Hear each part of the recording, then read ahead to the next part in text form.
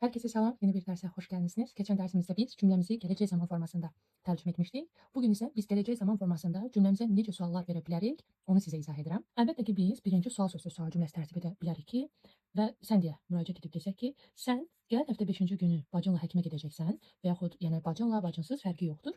O zaman belə sual verməliyik ki, birinci sualımız deməli necə oldu? Sən bacınla gələn cümə həkimə gedəcəksən. Bu zaman bizim cümlədə feilin təsriflənən hissəsi nədirsə, bizim cümləmizdə verbendir. Bu önə keçir. Birinci yerdə gələrək şəxsə görə təsriflənəcək və deyirik ki, wirst du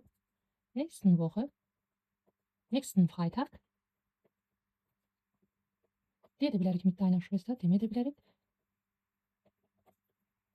zum Arzt gehen. Cümləmiz görsüz olduğu kimi qalır. Sadəcə olaraq burada sən deyə müraciət etdiyimizə görə şəxs əvəzliyimiz dəyişir olur du və sənin bacın olduğuna görə artıq olur. Yəni öz bacınla gedirsən. Mit deiner Schwester. Nə etdik? Feilin təsriflənən hissəsi olan fiadın birinci yerdə gələrək ikinci şəxsin təkinə görə təsrifləndi. Biz isə məsdər formada cümlənin sonunda gəldi. Wirst du nächsten Freitag mit deiner Schwester zum Arzt gehen? Gələn cümlə sən bacınla həkimə gedəcəksən. Bu sualını soruşduq.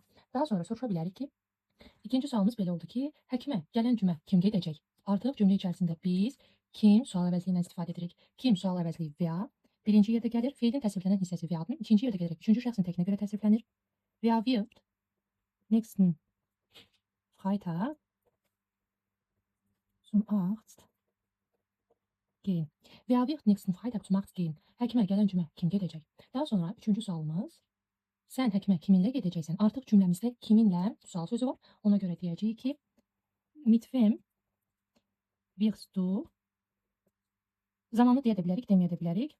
O zaman sən gələn cümlə həkimə burada deyə bilərik.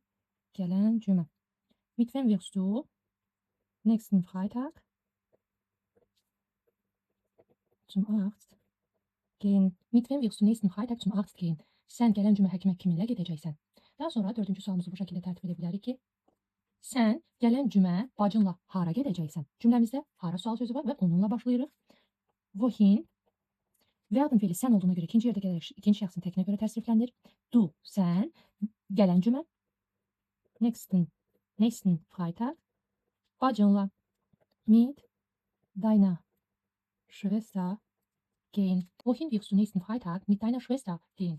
Sən gələn cümlə bacınla hara gedəcəksən? Daha sonra belə soruşa bilərik ki, sən bacınla həkimə nə vaxt gedəcəksən? Cümləmizdə nə vaxt sual sözü var və ona görə başlayırıq ki, wann sən olduğuna görə yenə wirst du bacınla mit deiner Schwester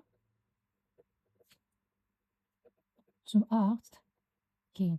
Wann wirst du mit deiner Schwester zum Arzt gehen? Sən bacınla həkimə nə vaxt gedəcəksən?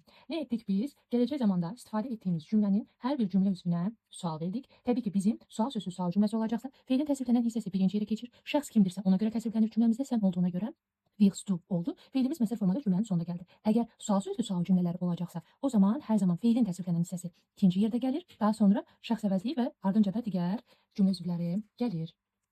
Və əlbəttə ki, gələcək zaman olduğuna görə feilin məsdər forması cümlənin sonunda gəlir. Bugünlük bu qədər. Hər kəsə təşəkkür edirəm. Növbəti videoda görüşənədək hələlik.